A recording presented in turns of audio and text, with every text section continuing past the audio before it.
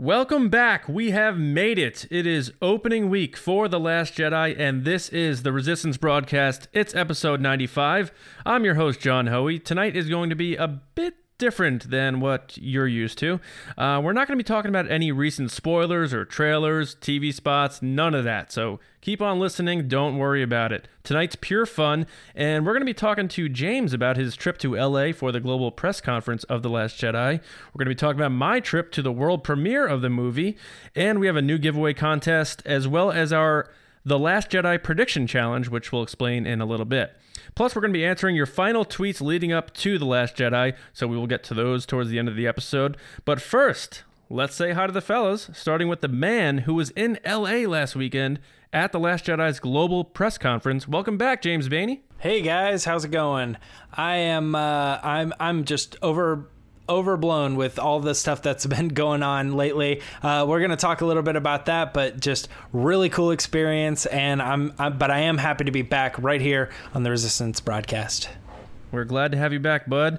And back from bullseyeing womp rats in his T-136 Skyhopper, Patric Covey is back. Hey, Pat. Hey, how's it going? Try not to laugh too hard at that joke. Glad to be back again. It was really nice listening to you guys talk to Anthony last week. Ready to chat about some Star Wars. This is the episode where we finally get to throw the smackdown in your face and give our last theories before we see this dang movie. Nice. And welcome back to you. And the guy who doesn't need a welcome back because he was here last weekend, he is holding strong on a certain prediction about a certain elegant weapon that he'll talk about a bit later in the show. Bill Sheehy, what's up, man? Guys, I feel calm, but like inside I'm like screaming. Like it's weird. Like I feel okay. I'm ready for this movie to be out. I'm so ready for it to be done. And today I've challenged myself to truly be one take Sheehy. So we will have fun and we will talk some Star Wars. So let's get going. All right, sounds good. We're all pumped here, ready for a fun episode, and we'll start with our poll results as always. So a little bit of normalcy here. Rian Johnson has revealed that the first two words of The Last Jedi are "We're not." So we asked you, who do you think says the first line in the film?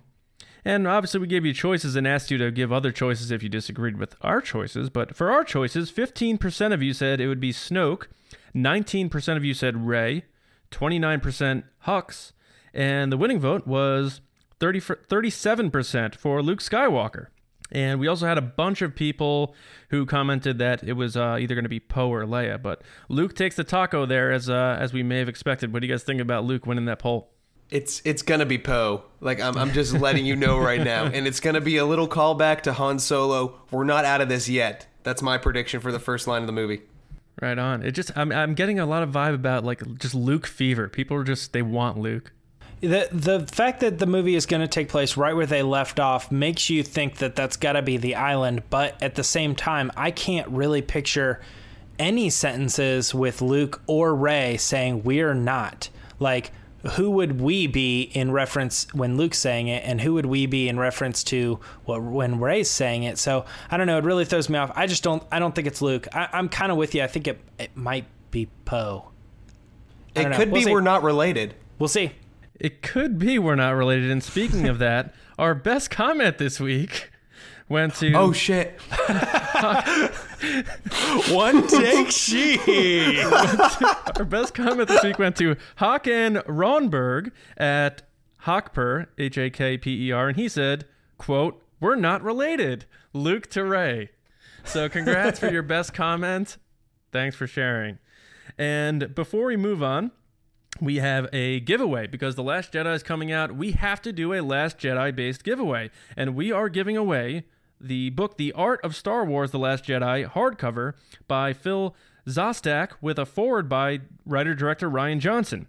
And the book is featuring concept art, costume sketches, and storyboards, and the book takes a deep dive into the development of the fantastic worlds, characters, and creatures, both old and new, of The Last Jedi. Now, we just posted the tweet for this, so to enter this time, you need to follow us at RBATSWNN, so follow us on Twitter, and just click retweet, and you're in to win, and we'll announce that on our episode next Monday. Now, typically what we do here is we send it to James for Newsnet, but like we told you, we're not covering any more news because we're not spoiling any more of this movie, right, guys? Nope. We are- I don't want to. It's not what I'm about. Now we're ready to watch this thing. So instead, we are going to send it over to James to talk a little bit about his trip to LA for the Last Jedi's global press conference. So James, have at it. Yeah, this was a crazy experience. I actually started all of this in Chicago for family reasons, but I was able to fly to Denver for a quick layover and then make it to LA by Saturday night. And I was able to kind of take in a lot of the events that were happening the previous night. Not Star Wars related, but I just went like downtown and kind of got to see a lot of the city and stuff like that. I went over to the Chinese theater and I checked out the C-3PO and R2-D2 and you know, and the Nice. Harrison Ford handprints, and I actually took a picture and put it in a video that we made that's actually up on the YouTube right now. You may have already seen it, but I put all that stuff together, my whole trip. But one of the pictures that I took was a specific frame of George Lucas and Steven Spielberg. It's their handprints together. And I think that it was actually done in 1983. And I think it was kind of commemorate the fact that they were kind of like, not that Steven had something to do with Star Wars, but I think it just at the time, George Lucas was really hot and they'd worked together on Indiana Jones and things like that. So, Well, I've always considered them close friends, so I mean Sure. that kind of Sure. goes into it as well. I'm yeah, assuming. that's true. Yeah. The real question everyone wants to know before you continue, did you put your hands up to theirs and were your hands bigger? I actually didn't do that. You know, it's funny, like that didn't even occur to me until right when you said it. I was like, I guess it is something that people do. They get down and they put the hands on there. I think I was so focused on trying to find them, which by the way, I'm going to throw this out there. The R2-D2 C-3PO one is covered up. And Darth How so? Vader's there too. They just have something over it. Like there's some of them that they've like kind of blocked off. They have these like plants. It's because it goes wider than the Chinese theater. So sometimes they just like kind of have things in the way or whatever. And some of them are covered up. But I was looking for so long for that one. Even if those are the droids you're looking for, you can't find them. Yeah, exactly. Darth Vader's on there too, so it's the same plague. It's C-3PO in the middle, R2-D2 on the left, and Darth Vader's like footprints are on the right. So I don't know, kind of interesting. Getting started the next day, though, I arrived at the undisclosed location. I'm not exactly sure if we're still allowed to say because they might keep it at the same place next year. But showed up at the event, checked in. They gave us some takeaways, a bag with some Black Series toys and some other things in there, some pins, and a little bit of brochure on what we're about to see. And I just looked at the list and I was like, oh my gosh, all this crazy stuff that I'm getting ready to do.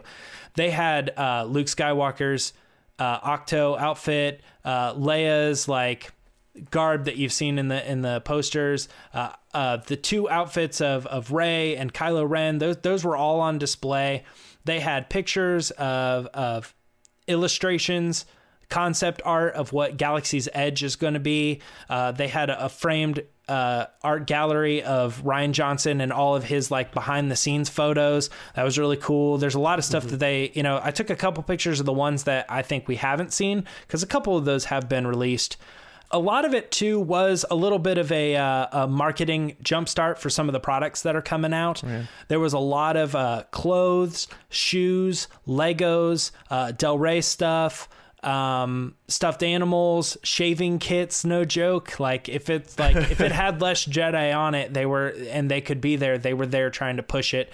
There was Lenovo, which is the augmented VR reality. I think they call it like Star Wars experience, but it's not VR. It's like AR. You can kind of see through it. But there was VR that was there, and that's with the Vive. And you put that on, and they created an experience that is canon. So the droids. Yeah, the droids that are in the experience are canon, and there are 3 new BB units, and they kind of have like their own personalities, and they have their own things, and you can interact with them, and they need a little bit of repair done. And I was talking with the guy, and he's like, so you're on Leia's ship in The Last Jedi, and I said, the Raddus, and he's like, I don't know if I can say that. And I was like, well, I think that's been released, that it's the Raddus. And he's like, yeah, I guess that makes sense. I have to say that it's Leia's ship. I can't tell you what it's called. And I said, well, I think that if I am saying Radis and that's correct, then you should know that I'm correct, because how I would have pulled that out of a hat would be pretty dang amazing. And he's like, let's go with that.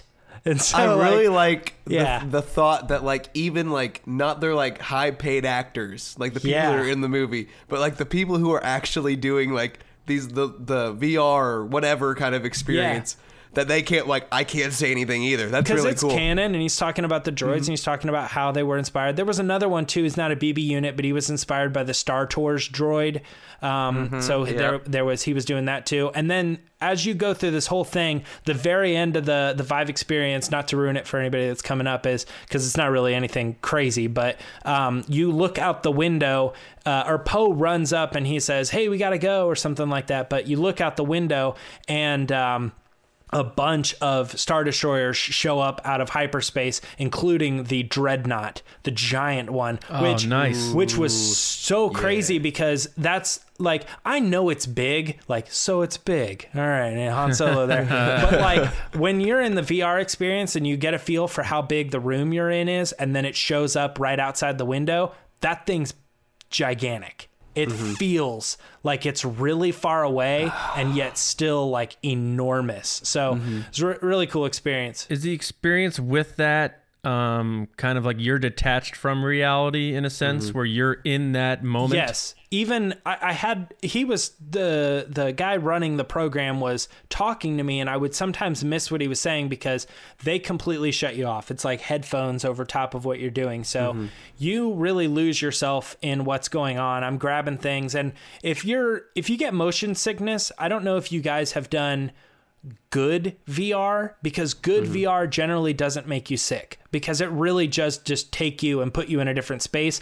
Every time you move around, you don't get this feeling that something's not right, because good VR is actually doing it the correct way. So I really did kind of lose myself in this, like, oh, I'm repairing these droids and I'm telling him to move around, and then like this thing's getting close to me and oh, I want to look inside, so I turn my head and to the side and stuff like that. So do you get the impression this is the kind of stuff they'll be doing for Galaxy's Edge, or was this kind of like just some kind of I think this some was other type of thing? I think this was just Disney being generous and just like kind of giving us a little heads up on the things that are coming out, and giving us a little bit of an opportunity to chat with the stars and stuff, because the next thing that we did after we checked out all these things, which there was still time after the fact if we hadn't done things like make a shirt.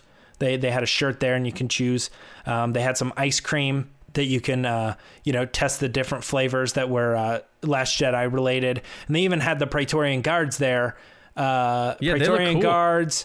Was that intimidating? Because that looked like. They kind of look funny on like not funny, but they look cool on paper. But like when they're right there, I mean that must be kind of cool. Yeah. So I have a feeling I talked to somebody about this, and we seem to think that they're probably 501st members because they knew exactly what to do. I got near them once, and one of them like quickly raised up his weapon at me because I approached him too quickly. That. And then as I backed away from him, he kind of like kept at me and was following me for a few minutes. It kind of felt like a haunted house or something. So very intimidating in that sense, but they're very slow moving. They're passive. They kind of the same thing as the Royal Guards. They kind of give that off. But you could take a picture with them. And I did take that opportunity.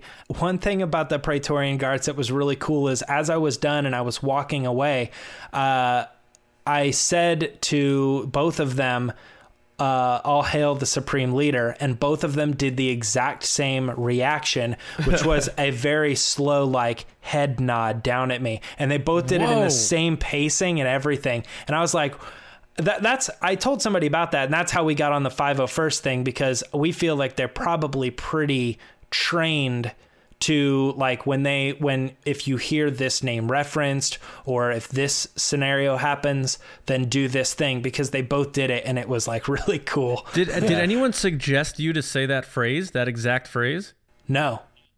So really? these guys, like I would imagine, because this is the global press conference, that these guys are told, like, you can't do anything that these characters aren't supposed to do in the movie. Yeah, I believe it. Yeah. So them coming at you and how they move slowly, that's something we could probably expect to see from these guys in the movie then. Yeah, which, I mean, that's why I'm telling you. I think, like, I'm saying this is how they are.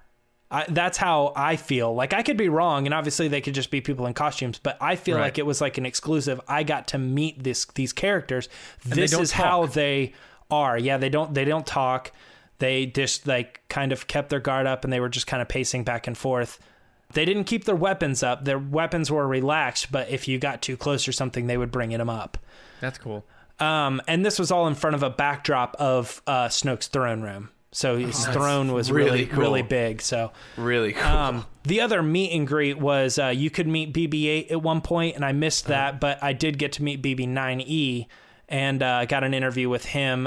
This was actually one of, I believe it was an actual prop used from the movie. It just happened to be the one that was like the more completed version, since they use a bunch of different versions of the animatronic character. But this one was live. He could roll around. He could move his head up and down. He could make noises. And it was all being controlled by an operator off screen. So when you walk up to him and you step down, this thing is like reacting to the things you're saying. You ask it a question, it talks back. You ask it cool. yes or no, it would shake yes or no, its head up and down. So it was a really cool experience, and it's movie quality, obviously, so it looks exactly like this character. Really cool thing. I've been to a Comic-Con where they had like a functioning like R2-D2, and so like that's a cool experience in itself. But like, yeah, some of these, like, especially if it's the movie prop, that's really impressive. Like, it's actually like you're talking to BB-9E, which you were, which is you got an interview with him.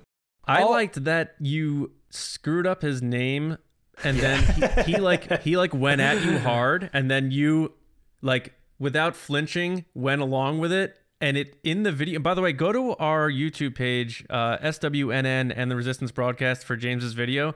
It is hilarious. But that's not in the video. I didn't put the entirety of it in the right. We posted It's on the article, and I tweeted it from Star Wars Newsnet, so you can see it there. But that tweet, I believe, is in the article. So if you want to kind of backdate and go back a couple pages, check out the Global Press Conference coverage on the website. Yeah, you can check it out there. I did basically like a 40-second or minute-long just chat about BB-8 and how he's possibly like wrecking shop, and he better go find him. So little teaser there. But man, the actual conference, guys, like the actual event was, this room, and it had a bunch of chairs, and we're all sitting in front of the stage, white couch with a giant logo behind it. And then they just like covered everything in the room with these like red LEDs you've seen the marketing. That's exactly how it felt. It felt black and red was just the vibe of the entire room. Cast came out to being led by the Praetorian Guards, and they sat down. Anthony Bresnikan was our host. He was on the podcast last week. That was really awesome. And he actually kind of surprised us. I guess he didn't even know that he was going to be there until like the day before. So they just kind of offered it, dropped in that information to him, and he accepted. So he was there. And it was exactly what you'd think, guys. It was basically just a raise your hand, ask questions, give the cast a little bit of an opportunity to maybe talk about some of the things that they have yet to talk about publicly, but nothing spoilery. It was all like, let's talk about where your character is in this movie, or how do you feel about more women being prominent in Star Wars these days, and just questions like that. Anthony led with a couple good ones, and then we went on to crowd questions, but unfortunately I was unable to ask. Did you get the feeling that they were kind of screened beforehand, or was this very kind of natural when they went to the crowd? No, I absolutely believe it was 100%. Like the crowd could ask whatever they want, because there were kind of some screwy questions. You know what I mean? I think one person even asked, like, was there going to be Ewoks in the movie? And I think it's just me insane. That drives me so insane. I posted something on Twitter today. Like, if you want something in an AMA or Q&A, ask somebody if they like peanut butter sandwiches. Yeah, like they answered dumb questions. So I want to know what would you have asked if it got to you? Well, me personally, I was going to kind of direct the question maybe at Rian, but also a little bit at the rest of the cast, maybe even specifically Gwendolyn Christie. Now that you guys filmed The Force Awakens and things have changed since then going into this movie with all of the canon books, all of the canon comics, and all these different stories, is there anything to be said, like, are you guys feeding off of that knowledge? Like, for instance, Gwendolyn, your character Phasma has now had a novel, and we've gotten more of Captain Phasma from the novel than we have from any one of the actual feature films. So do you guys draw upon that type of information, or do you just kind of do your own thing and hope that those things line up properly and that is in the hands of the story group or maybe in future content creators? And so no Ewoks then is what you're saying. There's officially no Ewoks in the movie. Perfect. So instead, we know whether or not Gwendolyn Christie likes Fluffernutter. So that's fantastic. That would have been a great question to have answered, but it's funny. Like that I don't know. Maybe another time. Yeah, and I'm sure the question has probably been posed at one point or another, so it probably is out there. But it was one of the questions that, like, I didn't personally have an answer for, and from someone who reads all the comics and really looks forward to seeing Phasma in this movie because of the novel, you know, I wanted to see how the person portraying that character feels about the same thing, feels the same way I do about that. Absolutely. Everything was awesome, guys. They really took care of all of us, and they really like helped to kind of shuffle us along and say, hey, there's this, did you get a chance to check out this? Let's answer your questions. There were some one-on-one interviews which we weren't able to do, but at the same time, like, the cast and crew were answering questions for individual outlets and things like that. The one thing that I'm really bummed about is I missed an opportunity to talk to Mark Hamill. I was kind of downstairs outside of the conference after it was over, networking with a friend, and I was there talking to that person for about 15 or 20 minutes. And after I left, it wasn't but 5 or 10 minutes after that, that person texted me and said, dude, you just missed Mark Hamill. And he sent me a picture with him. It's him in a selfie. And I'm just like, oh my gosh, man, if I would have just hung around for about 5 minutes longer, I would have been able to meet Luke Skywalker. But maybe things happen, and maybe I'll have better luck and I'll say hi for you. Yeah, hopefully. John, you don't even know what you're in for, man. I already can tell you, as crazy of experience as what I had, I know that you're going to have an even crazier one. The cast is going to be available to you to talk to, and I don't know. What are you doing this weekend? Like, I'm going to be watching my son. What are you going to be watching? Yeah, so as a lot of you who listen to us know by now, I am going to the world premiere of The Last Jedi in Los Angeles. And right now, as we're recording this, it's Wednesday, and I'll be flying in 2 days on Friday. So it will have already happened, but I'm going to talk about it as though it hasn't happened yet. But I'll give you a bit of a perspective as to what I'm getting into. So I'm going to be flying to LA Friday, and the premiere is Saturday. And I just recently got all of my information, my little packet. So they send you this little packet with all these details, and it's very like, I don't know, you feel kind of like Mission Impossible, like, oh, is this going to self-destruct kind of thing? It's kind of, It's crazy. Like, I got the golden ticket in the Wonka bar. That's how you should think about this. I'm still pinching myself. So I got to, keep my composure. But anyway, the premiere is going to be Saturday.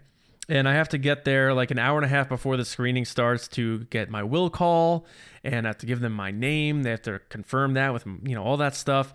And then, they have red carpet stuff. And depending on your access, I'm not going to be able to do any interviews, unfortunately. But the screening is supposed to start around 6:30. I've heard that they usually get started a little later. But there is also, after the movie, there's going to be, and by the way, they bag your phone. So they put your phone in a sealed bag and like give it to you, and then they open it for you after. But then there's going to be an after party after at the same location, which I probably shouldn't reveal yet. Actually, I can reveal because you're listening to it now, but it's at the Shrine Auditorium. And Cool. The after party is going to be there. And I've talked to other people who have gone to these before, as this being our first one, and they said that people will be accessible. Some of the stars will stay in the VIP area, but some will be accessible for photos and talking. And also there will be people in the industry there, like, some of our listeners, a lot of our listeners love Collider. Those people will be there. A lot of people from ET and all different outlets will be there to talk to as well. Our friend Jeff Lowe is going to be there. He's actually going to be on the same flight as me home, which is kind of funny. That's so crazy. Yeah. So I'll meet up with him. But all in all, it's a huge spectacle, and I'm not really sure what to expect, but I'm really excited about it. I want to say, thanks to Disney for offering this to us. Yeah. It's crazy that we're getting to go. It was an amazing experience for me. I know it's going to be an amazing experience for John, and these opportunities just hopefully will continue to come. Thank you, Disney. Thank you, Lucasfilm, if they have anything to say about who's coming to the screening of the movies and stuff. Thank you to Disney, Lucasfilm. Thank you to our readers and our listeners who have helped put us on the map. Absolutely. And most importantly for me, and probably speak for all of us here, our owner and editor-in-chief, Val Trichkoff. Thank you. For sending me and James on these trips. So thank you, Val, very, very much. Then afterwards, I'll try to do as much as I can too at the party. Obviously, I probably won't be able to do too many video taking, but I'll take pictures and stuff. And then when I get back, hopefully James can help me out, throw a video together or something like that, and we can just really try to bring you guys, our audience, into the experience with me, because it's a once in a lifetime thing, and I honestly can't believe that it's happening. And now, typically, this would be the part of the show where we do the Scoundrels Rundown after Newsnet, but like I said, this is a different kind of show, guys. It's all about The Last Jedi. It's all about fun. So I'm just going to do a quick rundown of the dates you can expect from us and one that already passed. So the social media embargo, lifted at 12:30 Eastern time on Saturday night. And you saw from the Star Wars News Net account and my account probably some quick, brief tweets. Very general, but just a vibe of how I felt about the movie. So this is live time now. So tomorrow, Tuesday, December 12th, is when I will post my actual review of the movie on StarWarsNewsNet.com. And it's going to be a non-spoiler review. Obviously, it's just a movie review, but I'll give my rating of the movie on a scale of 100 or whatever, compare it to the scales that you've seen from the other movies I rated. And I'll, give a review with my real take on the movie without giving anything away. So you can check that out at StarWarsNewsNet.com tomorrow. Complete sidetrack. Tomorrow, December 12th, is my birthday. I will be 32. Oh. Hey, happy birthday, James. You don't look a day over 31, James. Because I'm not right now. There you go. There it is. And we will be recording our reactions to The Last Jedi episode this Friday, which is the technical opening day of the movie. And what we're going to do is, it's going to be one episode, but we're going to do it in sections. So we're going to start off with our non-spoiler reaction and review to the movie, and then we're going to flare the sirens and make sure you guys who haven't seen it yet are fair warned, because we're going to do a deep dive into a spoiler reaction and breakdown and analysis, but it's all going to be in one episode, and that will air on Monday, December 18th. So that pretty much is our rundown of our dates. So mark your calendars, stick with us at the Resistance broadcast. You're not going to get anything spoiled from us before you see the movie, but afterwards, we're going to break it all down for you as we always do. And that's pretty much your Scoundrels rundown for this week. So Chewie, let's get into a contest. And we have a brand new contest for you guys that is going to be something that we're doing with you. And we're calling it the hashtag The Last Jedi Challenge. And what we've come up with here is 10 questions predicting The Last Jedi, including 3 bonus questions. And the 10 questions are kind of yes or no's. All you have to do is retweet the contest and then fill out your forms and email them to us at resistancebroadcast@gmail.com. And the high score is going to be 30 points, and you'll see as we get into it here. And the highest score, once we tabulate everything, is going to win Star Wars The Last Jedi, the Visual Dictionary hardcover by Lucasfilm Story Group's Pablo Hidalgo. It's the definitive guide to The Last Jedi, revealing the characters, creatures, droids, locations, and technology from the film, with over 100 images, information as penned by the scribe himself, the keeper of canon, Mr. Pablo Hidalgo. But, as they say, that's not all. The winner will also receive one of our Resistance broadcast t-shirts, and we'll shed some more light on that a little later for you guys. So Enter that contest. Retweet it right now. Grab the screenshot of the questions, fill them out, and send it to us at resistancebroadcast@gmail.com and enter this thing. And guys, let's get into ours right now. What do you guys think? You ready? My body is ready. Yeah, I did this for an old podcast years ago when The Force Awakens came out, and as much as I love Star Wars, I had the lowest score out of like the 6 people that participated. But don't let that get in your head, because I'm coming for you guys. I'm going to have the highest score this year. I'm just so confident. Bring it on, Baney. Well, here's the thing. I plan on having the highest score, and I'm going to take some risks. But they're going to end up working in my favor in the long run. So that was cute, but I think we'll find out when the movie comes out. I mean, that works, but I mean, you can't have the high score because I'm going to have the high score. So well, here's the thing. You are wrong, and I am right. We'll see. We'll see on the next episode. I want to finish like middle of the pack. Oh, so you're the person that's going to bring balance to the challenge. That's right. Right. I want to be. I'm a people person, you know. Even though I could think I could beat all of you chumps, we'll see what happens. But I think I want to call out a little, and we didn't discuss this before the show, so this is happening right now. Mm-hmm. I want to call all 3 of you out right now. Between the 4 of us right now, whoever has the highest score, the other 3 of them has to buy all of our Resistance Broadcast shirts for that person and send it to them. Okay, deal. I am a betting man, and I am willing to do it because I am that confident in my abilities. And if you think about it, the money's still going back to the podcast, right? So, exactly. So I'm buying a T-shirt for all of you guys, and then like taking that money back. No. Yeah. So wait. So we have to buy all 3 of the T-shirts for all 3 of the other contestants? Wait, are you saying that we have 3 T-shirts coming out? Oh, look at you. Well, we might as well reveal that right now while we're at it. So James and Bill, you guys want to start shedding some light on this for the folks out there? So you're saying that each one of us is going to have to buy one of our T-shirts for the winner?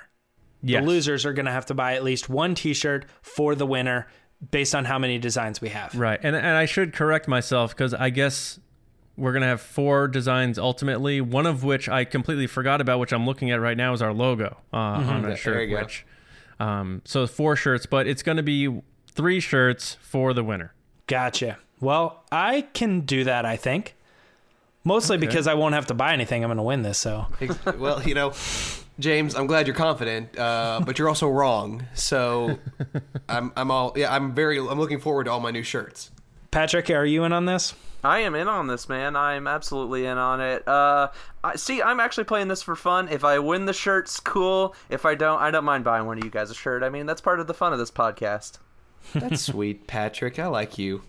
All right, so I mean, long story short, we'll reveal our shirt designs later, but the winner is going to get 3 shirts from the other 3 guys. But you folks out there don't really care about that because you're entering to win the visual dictionary written by Pablo Hidalgo and one of our shirts of your choice. What?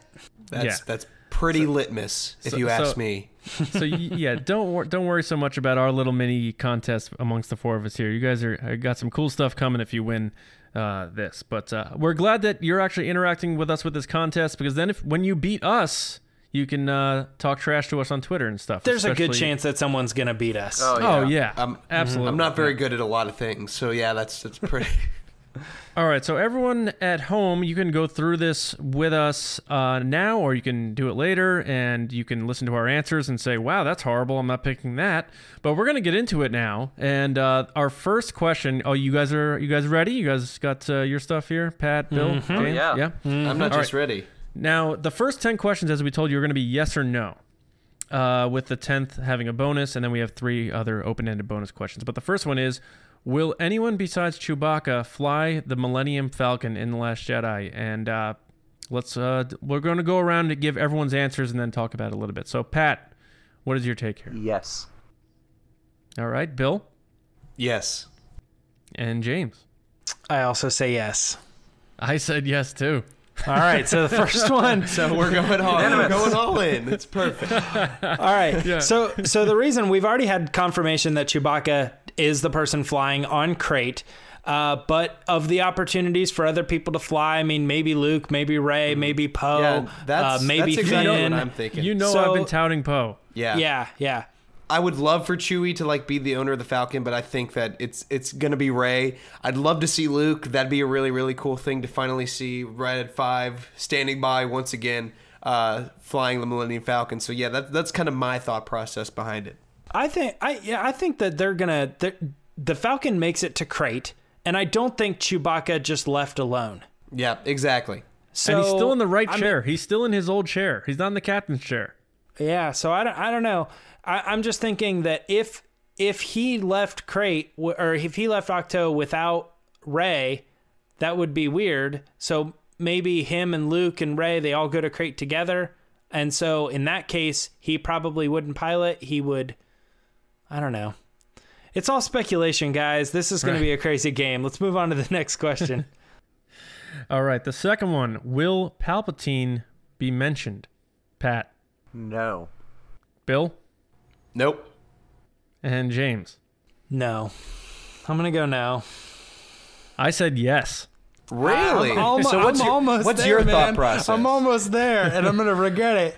I have a feeling, based on what I've been hearing about Snoke and their feelings about the failures of the Empire, now that we're meeting more of Snoke, he's going to mention Palpatine failing or something. Like, he'll bring him up. So when you say mention, you just mean like kind of like what we got with a mention of a clone army in The Force Awakens. You're not talking like full on like, okay, they'll have a conversation about Palpatine. So we did this, and we should probably set this up as like kind of a PSA, but like when we did this before, there were definitely questions that were still left unanswered, and we kind of just had to come to the a group decision on what we feel the answer is, and we're going to be grading everybody else's answers on the same thing scale. On the same scale. But things, for instance, like last time we had one that was like, is Jakku actually going to be revealed as Tatooine? We said we had one person that said yes, it will, and then after the movie was done, he said, oh, but we still never got an answer, because you know what I mean. And so we had to debate like whether we were going to accept that, or like, is Han and Leia still together? That was another example. We were like, well, they were kind of not, but they kind of were. So I don't know. We kind of like had to figure out what we were going to go with, and then we'll give a pretty direct answer key, and if you don't like the answers, too bad. Yeah, yeah. So that's why I'm sticking with no. But what we will is we'll debate, okay, what do you guys think? Was that actually a reference to Palpatine in this movie? Yes. Okay, we generally agree it was. So he needs to be mentioned by name. That's all I'm saying. Okay, gotcha. All right. Still going to say no. So we have 3 no's, and I'm the only person who said yes. Okay. All right. So now number 3. This one. Will someone eat a porg? Pat, is someone going to eat a porg, Pat? No, I'm sorry. There was a lot of that speculation. I think a feather just happens to land on Chewie's lip. All right, and Bill, is someone eating a porg? No, I don't think my psyche could take that if Chewie ate a porg. So I'm just gonna go say I'm gonna Porgle say no. the Mutcher on the grill. He's in the other room. I'll just pray he didn't hear that. And James. There was a lot of speculation with, I think, Star Wars Twitter or something, or a book that came out that said that they were describing porgs, and they said that they were also tasty or possibly tasty. Yeah. And that was after all the fan speculation. So I imagine that they probably didn't base that on like, well, the fans are saying this, so let's add this to a book. But I'm still going to go with no. I honestly just think like it could just be too weird of a situation for these kids to see these porgs being eaten. That might just be kind of strange. So I'm going to say no. I'm also going to say no. I know we read in one of the books that the caretakers look like they may be trying to catch porgs and eat porgs, but I'm not counting the caretakers as people here. So will someone eat a porg? I think that's all 4 of us saying no. So we are pro living porg on this podcast today. That's just for Ash Crosnan. Guys, it's about to get more difficult. It's going to get a little more difficult. God. We had to get the wheels churning a little bit. And so now, will Supreme Leader Snoke use Force lightning? Pat? No. Bill? No. And James? All right. Maybe it won't be difficult because I'm saying no too. You said no? I'm saying no. I also said no. Oh man! All right. I think he'll use a different kind of force power we've never seen before, because I think Force lightning is a little bit too. Count Dooku did it. Palpatine did it. Yeah, I think Snoke will use something a little different. What made you guys say no? Because I know exactly why I said no.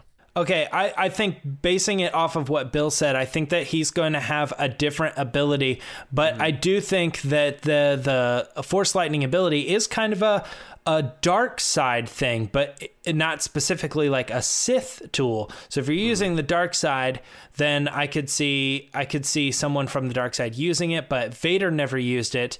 And Kylo Ren hasn't used it, so if Palpatine uses it, maybe Snoke would use it too. I don't know, but I'm still saying no because of I think he's going to use a different Force ability. I think they're trying to create new with this. Surprising, new, interesting things. Why no Force Lightning with Snoke? Well, as we've been learning in the new canon novels and stuff, that Palpatine was feeling something new or strange coming from the unknown regions of the galaxy. It's something new. Even he's kind of perplexed as to what that is, and we all, at least to this point, it's never been confirmed that we believe this is definitely Snoke. It could be something else they just haven't revealed yet, but if it is actually Snoke out there, there's this whole theory that even though it is dark side, maybe even Emperor Palpatine feared whatever this power was, and maybe we'll see something that's even more incredibly shocking than what Palpatine's Force Lightning had. And we just saw that article. Shocking. Hey, Pat didn't even know he just made that joke. Yeah, I didn't. But we just got that recent article from Andy Serkis where they asked him, is Snoke more powerful than Palpatine? And he basically confirmed that yes, he's like way more stronger than any other Sith user we've ever seen. So I want to see what that power is. Yeah, I think just from a filmmaking standpoint, Rian Johnson wants to depart a little bit from any attacks on being rehashed and stuff. So maybe he's just looking for other ways that Snoke can be evil without us seeing those CGI lightning bolts flying all around Rey's body. So yeah, four no's here, but we'll see what you guys say. The next one, will Luke... Oh, Bill's favorite one. Here we go. I'm going to skip you, Bill. Will Luke use a lightsaber in The Last Jedi? I'm going to start off. I'm going to say yes, he is. Pat? Yes. Bill, everyone knows your answer, but say it. no. And that, like, I'm telling you right now, it kills me that I have to say that, or that I think that. But I'm going to go back to you in a second for this explanation. Okay. Go ahead, James. I'm gonna say that he does use a lightsaber, and this I'm assuming also counts. Like, does he ignite the lightsaber, turn it off, give it back to Rey? You know, kind of a thing. Does that? We'll figure it out. We'll figure it out. But no. This isn't. Oh, here's my old lightsaber. Let me see if it still works. No, he needs to use a lightsaber in the movie. Even if it's on a rock, I'd be happy. Yes. All right. Now, Bill, you are Luke Skywalker is your hero. You love the Return of the Jedi. Why? We need to know. Finally, we need to know. Well, I think I've explained this a little bit further back, but you know, Luke Skywalker at the end of the trailer, for the first trailer, said it's time for the Jedi to end. I think that his philosophy has changed a little bit. I think that when he says that, at least at the beginning, he truly believes it. I think he's kind of just shunned that all away. And I don't think he's used one in at least 6-7 years. So it feels like that they're going in a different direction. Rian Johnson specifically is going in a different direction with it. That as much in, like, if the person who will be jumping up and down the most, if Luke Skywalker ignites the green lightsaber, ignites any kind of, even if he uses like his blue lightsaber or Rey's lightsaber now, I'll be excited.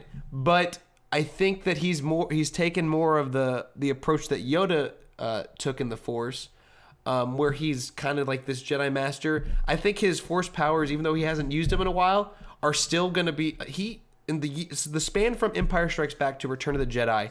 He became immensely powerful in the Force. 30 years later, after that, you can only imagine where it is. That's a good point. So I feel like he's going to focus more on the Force aspect than the lightsaber aspect. But once again, and you're not crazy, man. Like, yeah. I could easily see us coming out of the movie and being like, "Well, Bill was right about that." You know what I mean? And that's I'm gonna be kind of irritated by that. I'll be honest. And like, I hate, like, once again, I hate that I have to say that, like, that I feel that way, but like, it feels a little different. If this was J.J. Abrams' The Last Jedi, yes, I feel like he would kind of do kind of that a little samey. Not that I didn't love The Force Awakens. It's one of my favorite Star Wars movies, but I think they played it a little safe. I think to go into it and to be daring and to not give Luke Skywalker his lightsaber in a movie is kind of, it's different enough, and I see Rian Johnson taking that approach to it. And don't forget, there's episode 9, because Exactly. if we had this exact same conversation before episode 7, is Luke Skywalker going to use a lightsaber? We're all going to say yes, but the truth is that he didn't. Yeah, you know what I mean. So maybe there's the technicality how long there. He was going to be in that, though. I understand, exactly. but the answer is he didn't. The way that it played out, he didn't use a lightsaber in the movie, which would give you the points on this question. So we'll see, guys. We'll see. All right, so I want to be wrong. I really want to be wrong. Final tally on that. We had Pat. What did you say? You said yes. I said yes. He will use the lightsaber on this. So Yes. Bill is the only no here. Bill's the only no. Ooh. Interesting. Ooh. All right. Okay. Now we move on to sitting on a log. Even though you're a spirit, will we see a Force ghost in The Last Jedi, Pat? No. Okay, Bill. Yes. James. No. But I'm also really close on this one too. Yeah. I see. This is funny.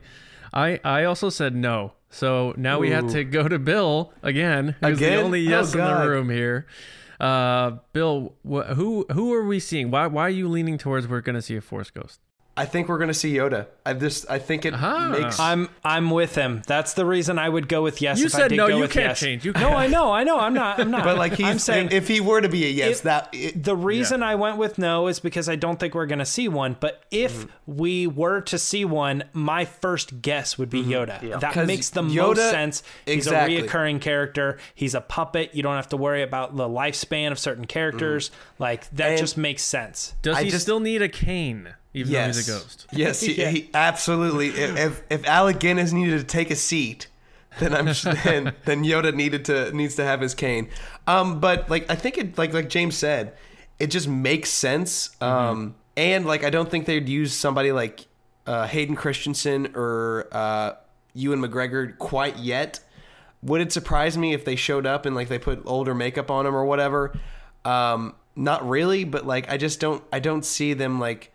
I don't see Luke communicating with Hayden Christensen like in his little hut.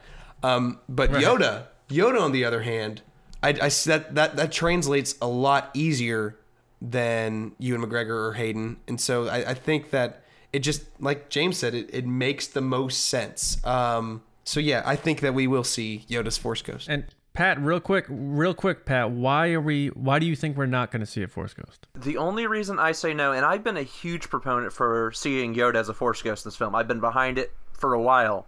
But then I went back and I looked at something we had seen from our buddy John Burns as a painting, and that is we heard a rumor that we might see more of that, what we saw in Clone Wars, the sparkles, the shimmers, that we saw in the Season 6 arc where Yoda went to Dagobah and it turned out to be Qui-Gon talking to him through the Force. And we had heard a rumor that maybe these things had appeared around Rey, and that might be actually portrayed in Episode 8, and that's why I'm saying no, because I really think that's another possible option out there if we don't see Yoda. And maybe because we saw a full embodiment of Yoda in Episode 6 as a Force ghost, that's basically saying that he completed his Force training like we saw in Season 6 of Clone Wars, where Qui-Gon did not. Now the question is, if the shimmers appear, is it going to be Liam Neeson we hear, or is it going to be somebody else? I doubt it would be Liam Neeson, but now that I think about it, wasn't there like a rumor a while back, or somebody interviewed Frank Oz and they asked if he did lines, and he said, "I can't answer that." He can't, and then we heard a rumor he went to studio to record again because he recorded for 7 and 8. It just things seem to be lining up, and he hasn't really done any, because I think that was before the Rebels episode where he came back. So and plus the Yoda puppet qualifies as a carry-on. You don't even have to check that bag. Exactly. You just throw him in the overhead thing and head over to England. I really can't wait for the debate over like, oh, but that was a Force spirit. Like there's lights and we heard the voice of but blank, James, and we are making the decision and they have to deal with it. I understand. I'm just saying I can't. I know that it's coming. We're going to get some sort of voice or something, and somebody's going to argue that is the ghost of so-and-so coming back. See the ghost. See the ghost in the blue. Yeah. Yep. Right. Now, our next one is, will the Knights of Ren show up? Now, we've only seen these guys in the force back or force forward in The Force Awakens. Now, James, I know you had thought that that was a force forward, so that is leading up to something that we're going to see either in this movie or the next. So I'll start with you. Will we see the Knights of Ren in The Last Jedi? Yes. And the reason I think we're going to see them is because of the expanded version of this flashback scene. You're right. All right. Or force forward. Flash forward. Whatever it was. Flashback, flash forward. We're going to see more of that story. The Knights of Ren, we going to see these guys or what? Yes, absolutely. All right. Pat? That's going to be a third yes. And I'm going to round it out with a fourth yes. So we all think they are going to show up. I do want to quickly bring up Hans Spinell. Absolutely. He made this video to show us about that scene, and he made a point that something is moving behind Rey. Have you guys seen his video yet? I did. And it's something that I hadn't noticed until he pointed out. So yeah, that's, something's happening behind her, right? Yeah, that's and I've seen that movie. I saw that movie 7 times in theaters, and then like hundreds of more, and like I hadn't noticed it. So good for him. I don't know if his real name's Han or not. If it is, that's awesome. But Hans Spinell, thank you for that video. It's intriguing, and the Knights of Ren are right there. So we all think they're going to be in it. So the question is, are they Praetorian Guards, or are they going to be on Octo with Kylo Ren? What do you guys think, real quick? No, I think they're their own thing. They're not Praetorian Guards. Yeah, no, I agree. I don't know about the Octo thing. I know that's a rumor that was out there. That's weird to me. I just kind of be so rainy there, though. It's so rainy and so flat. There's a lot of land. Yeah. You don't see any sea. You see Rey running with a lightsaber towards something, though. So maybe the Knights of Ren like give up on Kylo and they just start eating porgs. They're like, yeah, go do your thing. All right, so 4 yeses for the Knights of Ren showing up, whether they're a big deal or not in the movie. But what do you guys think? Leave your answers. The next one, number 8. Will Phasma remove her mask? Pat? No, because she's going to live till 9 and she'll take it off then. All right. And Bill? No. And James? Nope. All right. I also said no. So man, why? So Pat gave his reason. James, I know you're a big proponent of the Phasma novel, so why aren't we seeing her unmasked? Because she doesn't ever remove her mask.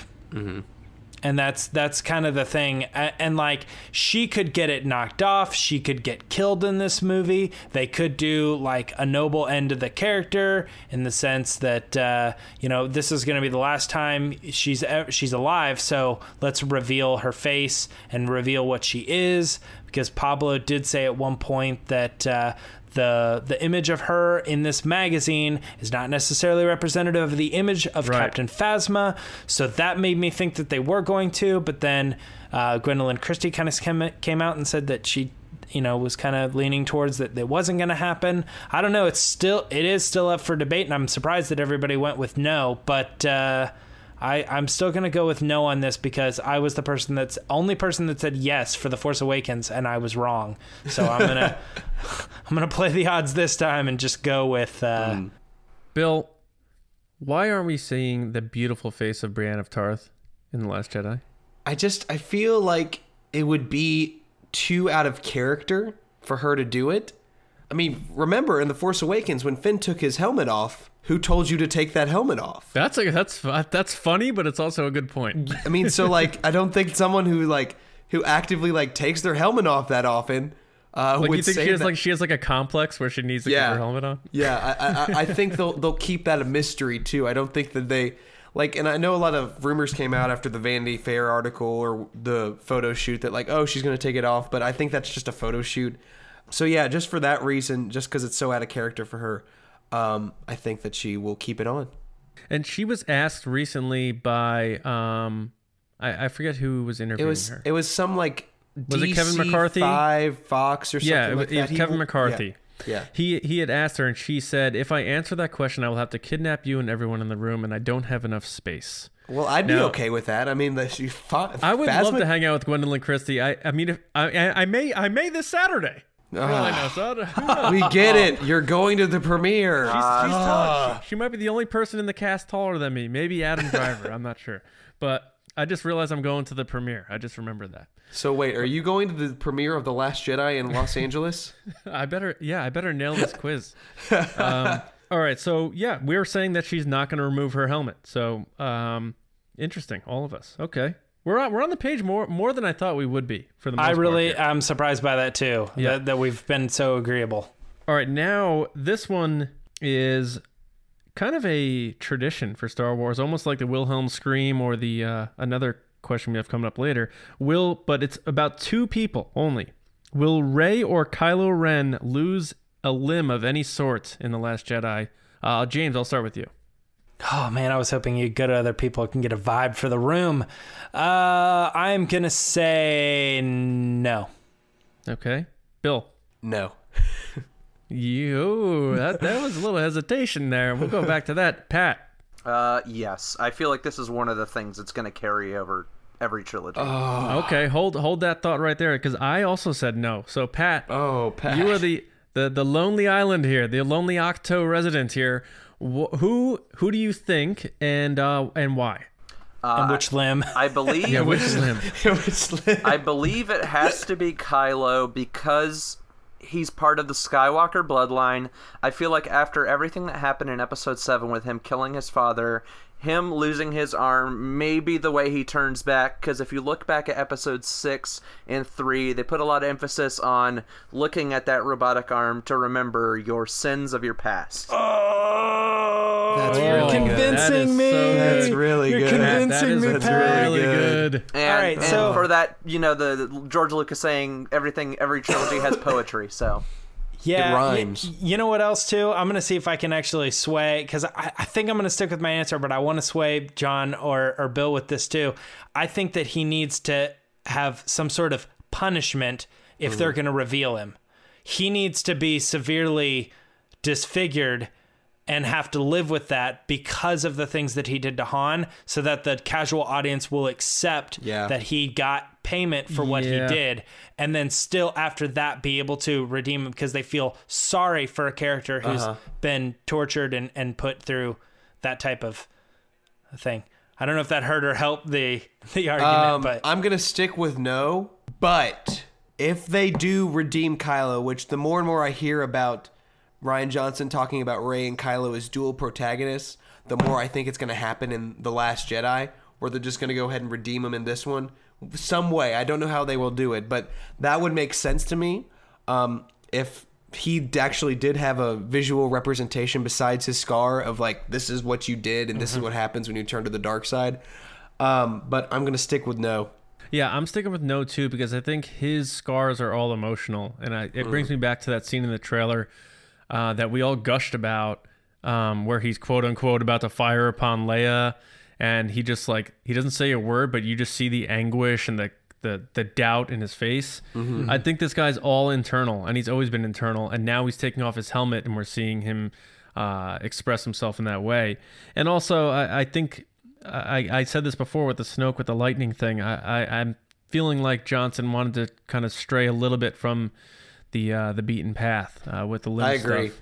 Absolutely agree. Like the scar is one thing, but if they did, they may take part of his leg off or something and give him a mechanical leg, and he starts limping around in 9. But all right, so Pat is the only one though who is officially saying that someone will lose a limb, and he thinks it's Kylo, and none of us. Rey is intact. She is going into episode 9 with all of her fingers, toes, and everything. So good for you, Rey. However, she may take a beating.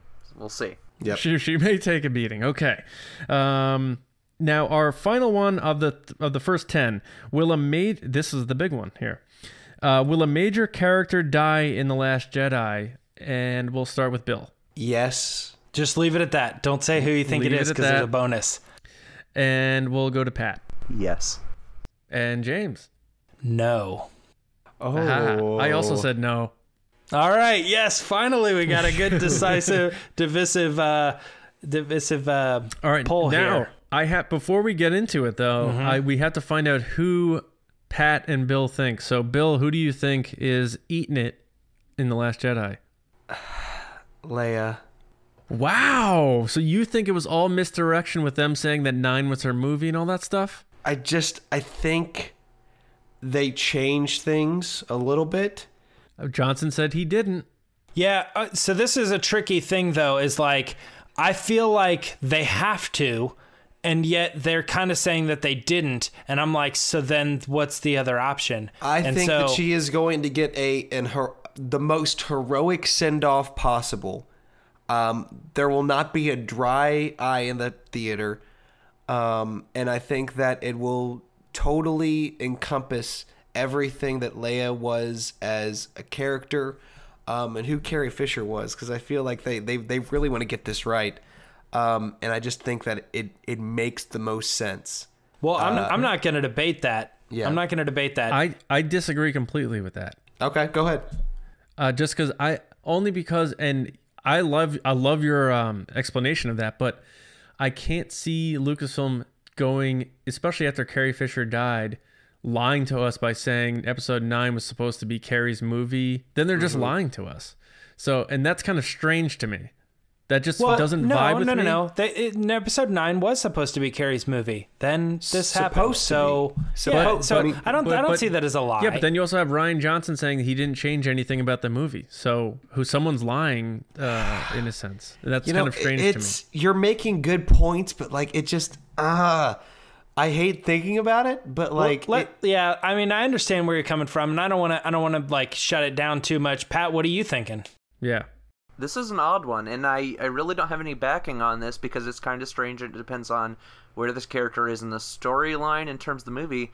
I think General Hux is going to kick the bucket in this one. Okay. Yeah, I could see that, yeah. I could see that happening later on in the Battle of Crate, where there's a situation where he's on...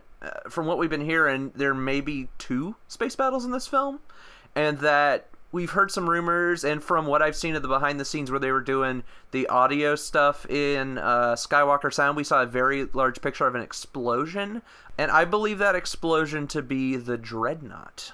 So whether Hux is on there or not, I have a feeling that he will not be on the finalizer like he was for a majority of the film. Now that he's not off on his mission with Kylo Ren, he's going to be more closer to Snoke and Snoke's bigger plans. And seeing as he brought back Kylo to him, maybe, and doing everything properly that he's been raising up, he's going to get a promotion and end up on that ship. And if you guys are right, you guys are going to get a bonus point. Right. Yes. For this. Now, me and John have to play the game too, just to kind of keep the point system working well. If there was someone to die, assuming that a character dies in this movie, who are you picking, John? Luke. Oh, no, I can't. Like, that is one thing that, like, if that actually happens, like, I don't know how I could, like, process it. Like, it's just... You want your Force Ghost? Go watch episode 9 in 2 years. That's a good point. Okay, yeah, okay. I see that, but like it's so emotional. It's so hard. I don't want to do this anymore. It's so... How about you, James? Luke Skywalker. Okay, you guys. Okay, all right. So the 2 guys who went to California think Luke Skywalker would die if he had to. It's okay. I mean, it's fine. I just think Rey's not dying. Kylo's not dying. You know what I mean? Finn, Poe, like Snoke's a really good option too. That's out there. Kylo could easily kill Snoke, and he could do something different in the 9th movie. Yeah. Phasma, Rose.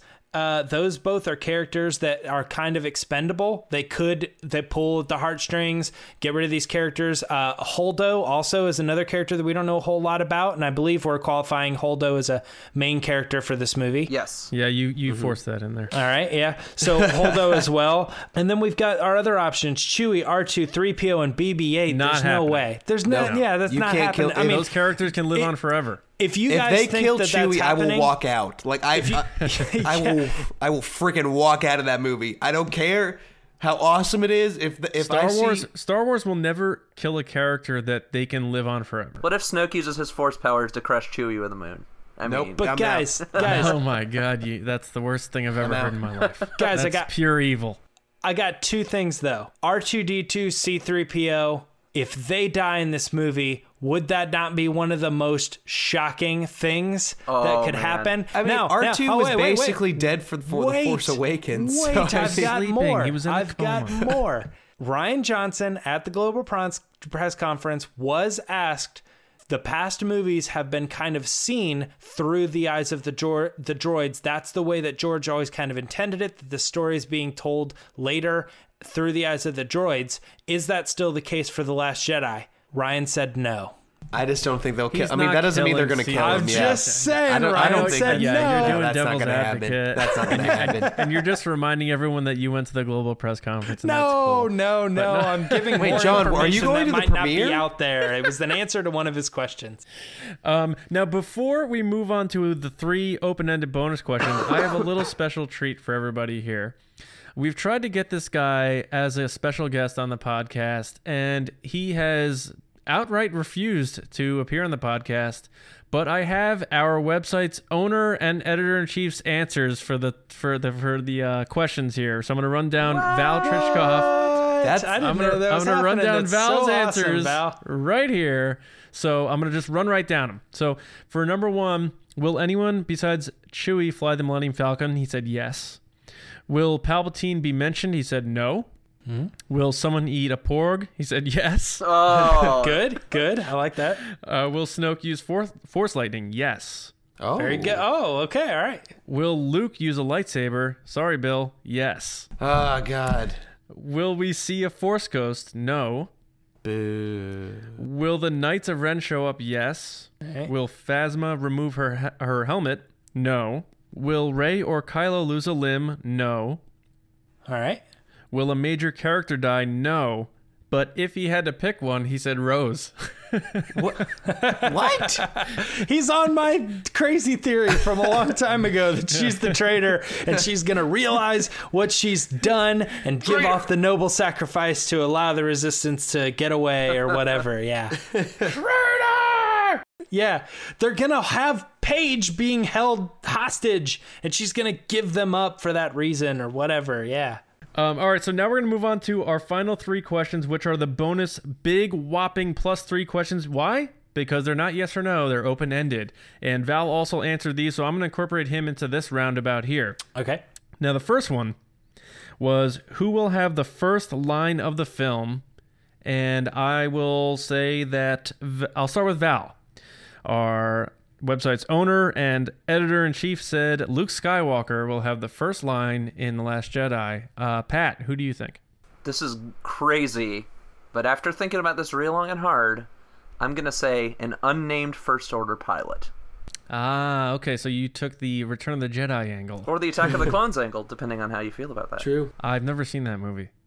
Oh, stop it. No, I'm kidding. I'm just kidding. Bill. Poe Dameron. Yeah. Nice. Yeah, okay. And James? He's been chugging away at that Poe Dameron for a long time, and I actually am with him on this. I think that he has convinced me that the we're not out of this yet or something along those lines, because it's supposed to pick up right where the other ones left off. So it makes sense to me that, I don't know, it could be Poe Dameron. I think it's General Hux. And Okay. I think you know that scene or that EW shot that we saw of Snoke, hologram face Snoke with Hux? I think that's going to be the opening of the film, and I think it's going to be him bringing Kylo Ren to Snoke. And he's going to say, we're not zoomed in enough on your giant face on this hologram, so we need to zoom in a little That sounds more. right. Rian Johnson is amazing at dialogue. Thank God I don't write anything. All right, so the next one. Who will say, I have a bad feeling about this? I'm going to start all these with Val. So Val said Poe on this one. So Pat, who has a bad feeling in The Last Jedi to continue that trend? I got to give this one to Finn. Okay. Right on. Bill? Finn. Oh, you seem... Are you annoyed that Pat stole your thunder there? Or are you Yeah, 'cause begrudgingly it picking just- Finn? No, because like it feels like that's definitely like he's coming into his own, and then like it feels like something in Canto Bight where something happens, and he's just like, oh, I got a bad feeling about this. It's not him waking up from his coma like, oh, God, my back. I have a bad feeling exactly. about this. Okay, Exactly. James. Snoke. No, I'm just kidding. My actual pick for this is Luke. I think Luke's going to say it. Oh, And that would I actually think that this could actually be Luke when he's on the Falcon, and I think they're maybe deciding to go somewhere or something along those lines. Maybe Imagine he says it when this is the moment when he decides that he is going to train Rey. He's like, you know what? I'm going to train you, but I've got a bad feeling about this. That gives me chills. Like, what if he says it when the ground cracks? When he looks down? Bad feeling about this. I think it's going to be Rose. Okay. That's a good guess, too. That's like the Finn Rose thing, yeah. Yeah, Rian Johnson said she's the biggest new character in the movie, and spoiler alert, and I think it was TV spot 538, we saw her in like a ski speeder or something, like getting in the mix, so she may say something like that. So that's my guess, and it will be wrong, so don't follow me, listeners. Our final one. Who will have the last line of the film? And Val said it would be Rey. Bill, who is going to have the final line in The Last Jedi? Luke Skywalker. Oh, so Luke lives. Yes, okay. James. Oh, no, I'm just kidding. Rey. I'm going with Rey, too. Okay, so James said Chewie. All right, Write it down. Write it down. So we have another Rey. Okay, Pat? I'm going to go with 2 back-to-back films and years of Princess Leia. Oh, man, that would absolutely tear my heart in half. But yeah, if they didn't change anything about the movie, but like maybe a few little tidbits here and there, that would definitely be one of them to end the movie again with her saying, "May the Force be with you" for the final time. Yeah, I'll cry. Like I'll be a puddle. I'm already bringing tissues into the movie. You know what would be weird about that? That would mean that Princess Leia, or whatever you want to call her, Leia, General Leia, has ended every post Disney purchased Star Wars movie so far. That's true. That's a really good point. We were discussing this at work with a friend who's probably going to participate on his own, but we actually came up to that this afternoon as well, that she ended both of those movies, Rogue One and The Force Awakens, with different lines, but things that really symbolize the franchise.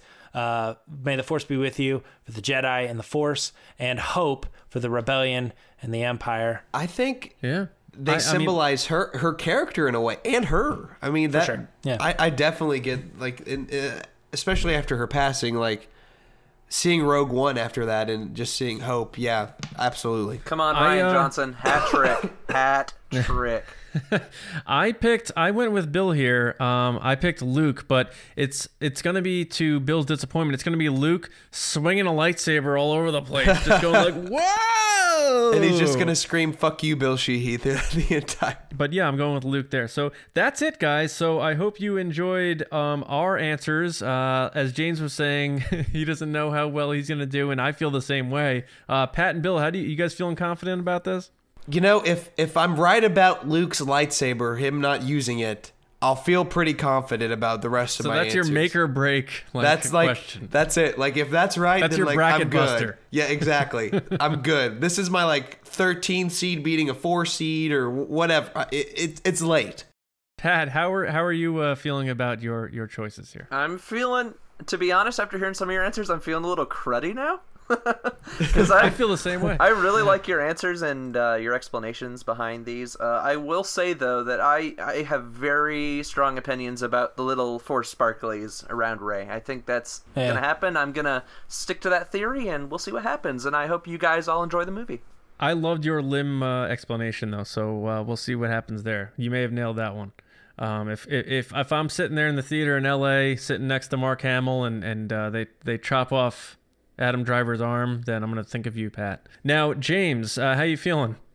I just want to say that when it comes to the final scores of this contest, this isn't going to go the way you think it will. Very nice. Now, remember, guys, all you have to do to enter this is retweet the tweet announcing this hashtag, the Last Jedi Challenge, and fill out your answers and email them to us at resistancebroadcast@gmail.com, and you are in to win a copy of the Visual Dictionary by Pablo Hidalgo hardcover, and one of the Resistance Broadcast t-shirts of your choice. And don't forget bragging rights. And don't forget us here in the podcast, the winner, me, gets 3 shirts from the other 3 guys. So, although it probably won't be me. Yes, the winner, Bill, will get 3 shirts. All right, now we're bookending our episode, so we're going back to a little bit of normalcy, but we have a bunch of the Last Jedi questions that we need to answer because the movie's coming out. So, Pat, it's time to tweet with the Resistance, pal. Let's answer some of these questions. All right, thanks, John. Now we're going to talk with you guys, the fans. You guys sent us the questions on Twitter we're going to be discussing tonight. First of all, we're kicking it off with Rian Simi? Not sure. At Ryan Scott 00 on Twitter. He asked, we were only briefly introduced to most of the new characters. Which character, other than Rey, are you looking forward to learning more about? A bunch of listeners asked, where are the Knights of Ren? So let's kick this one off with Bill tonight first. Bill, which character are you most interested in learning more about, and what's up with the Knights of Ren? Well, I'm very excited to learn a little bit more about Poe.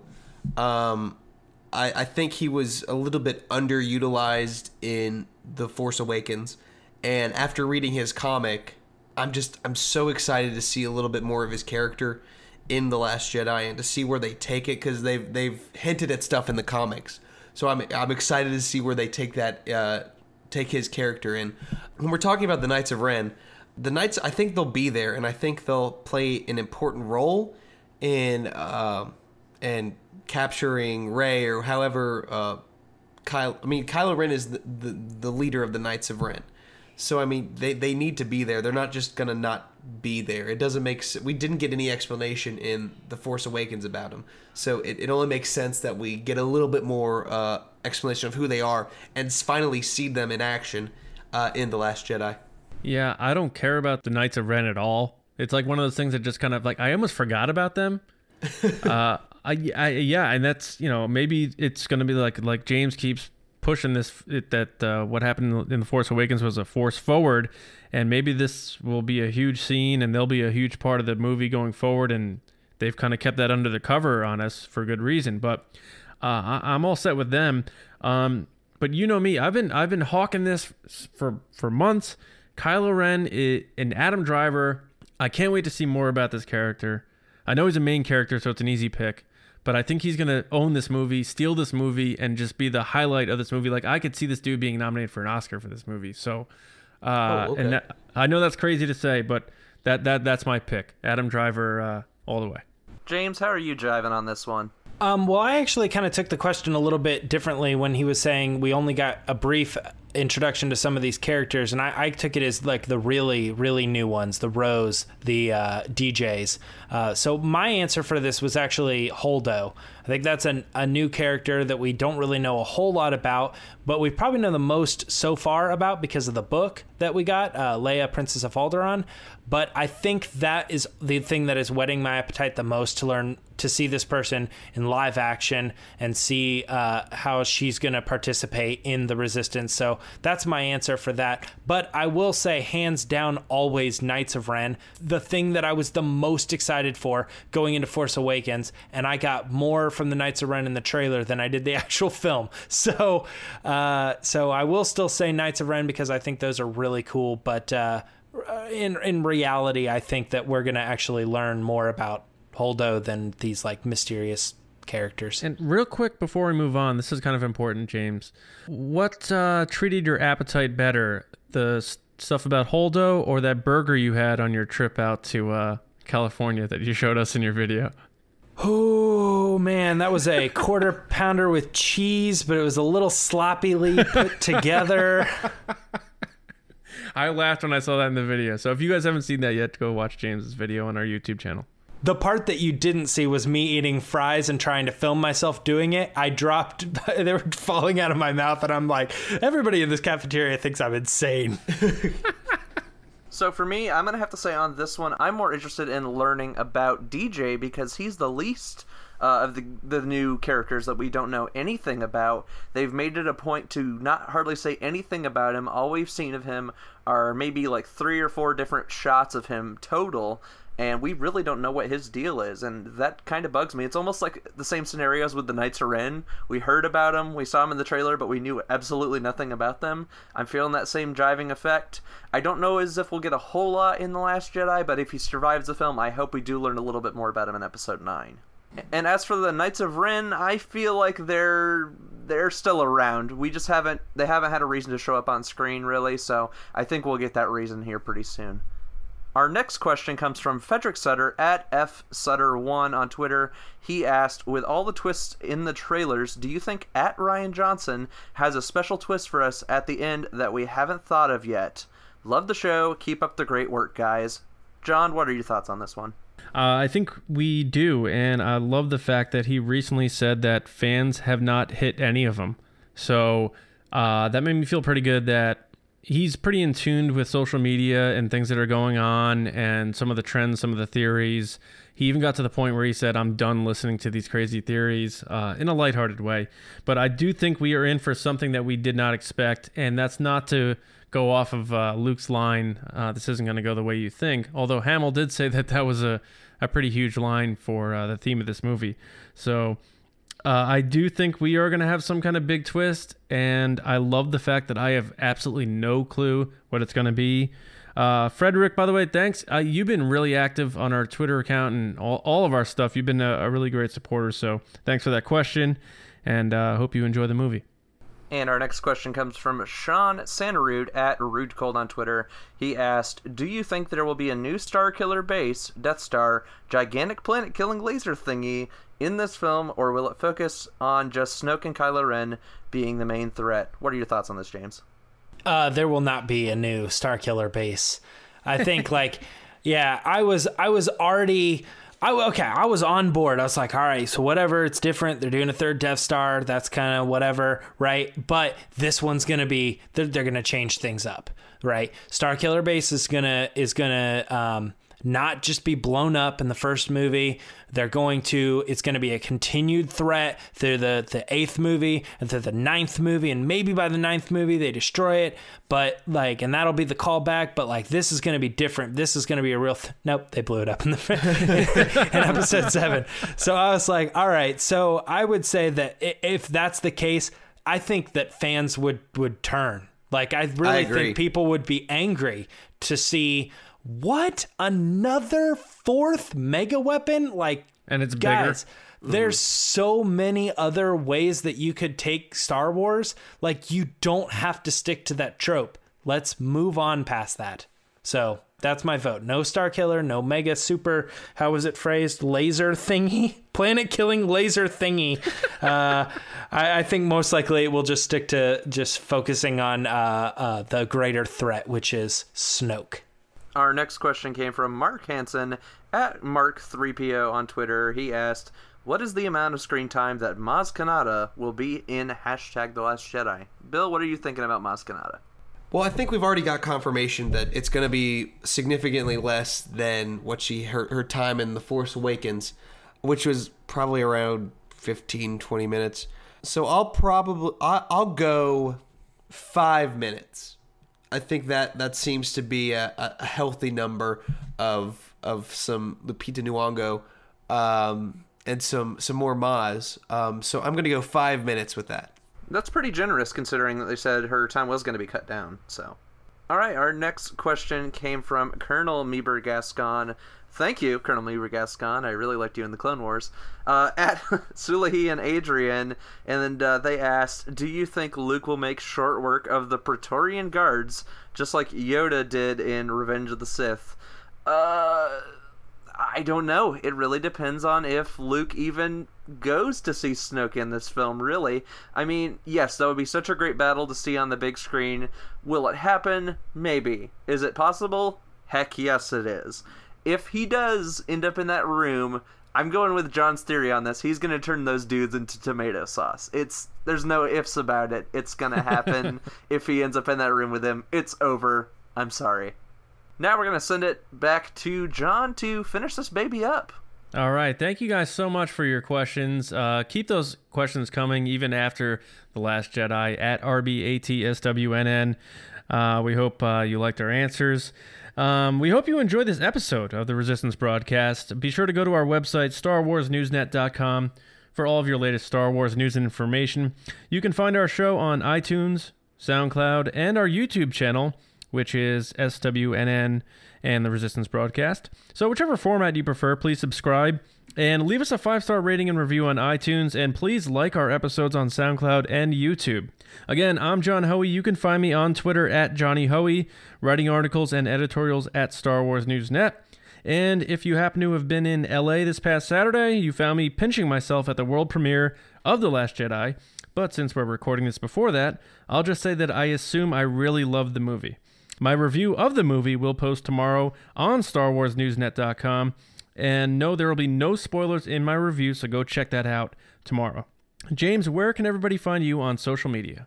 Well, you can always find me on Twitter and on Instagram if you want to go over there at Myra Trunks. That's MIRAHTRUNKS. Apparently, you can find me in LA now. You can find me in Chicago. I do want to give a huge shout out to my wife and my family who were willing to kind of let me go on that journey, even though I had to basically bail on a family vacation. We do a traditional thing at the early December that we were going to Chicago every year.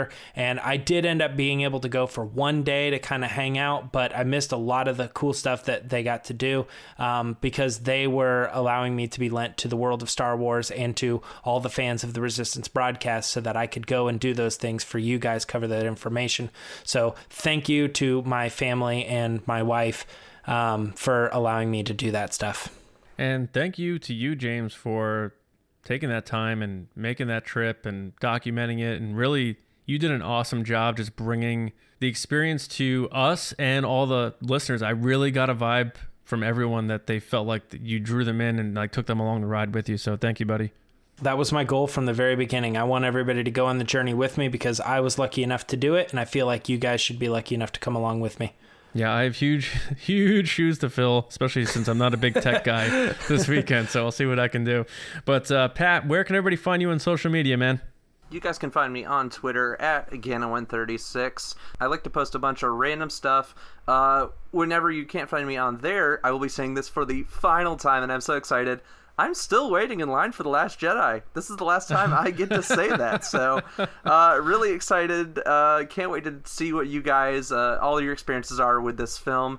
If you've been seeing my stuff on social media, I am going as Kylo Ren. I've spent around $100 or a little more to make an affordable Kylo Ren costume. I can't wait to post those pictures to the world so you guys can check it out. It's been a little bit of a headache getting this thing done, but I think it's going to turn out great, and let's go see some Star Wars, guys. Awesome, bud. Bill, where can everybody find you, man? You guys can find me on Twitter at Star Wars Bill. I'd like to take a minute to thank every single one of my podcasting brethren for going on this Resistance broadcast journey. We started this about 6 months ago. John's going to the world premiere. James went to the global press conference. We've done so much in 6 months. I'm incredibly proud of where we are. I'm incredibly grateful for all the people that are listening right now. Thank you so much for letting me talk about something that I'm incredibly passionate about and something that I love. So we got a week left. So let's go see some Star Wars. I don't know how we can follow that up. Sweet, very sweet, Bill. I do want to say thank you to if anyone from these companies is listening, Disney and Lucasfilm, for the incredible opportunities that James and I were able to take between the global press conference and the world premiere of the movie. So we promise Star Wars Newsnet will be represented well, and thank you again so much. I do want to thank Val, our owner and editor-in-chief, again for those opportunities. And to echo what Bill just said, Pat, Bill and James, you guys are the best. So more to come in the new year and down the road, but it's been a hell of a ride for these 6 months. And most of all, thank you all in the Resistance for listening, subscribing, and being so supportive of our show. And we'll see you on the other side of The Last Jedi on our episode next Monday, where we'll have our non-spoiler and spoiler reviews and breakdown of the movie all in one episode. And trust me, Pat will flare those alarms out so that you're well aware that the spoilers are coming in case you haven't seen the movie yet. Right, Pat? if you can't hear those alarms, something is wrong. We might even have to do visual alarms in our YouTube video. So for us to say that you haven't been warned, I'm sorry. You've been warned. Well, from all of us here at the Resistance Broadcast, we want to say enjoy The Last Jedi. We hope you enjoyed this episode, which was a little bit off the beaten path. Enter that normal giveaway, which is just retweeting for the art of The Last Jedi, and also enter the guess, the prediction contest, hashtag The Last Jedi Challenge. Retweet that tweet and email us your answers at resistancebroadcast@gmail.com. Again, enjoy The Last Jedi, everybody, and we'll catch up with you next week on the Resistance Broadcast. Hey Akbar, what do you predict that the last 3 words of next week's podcast will be? It's a wrap!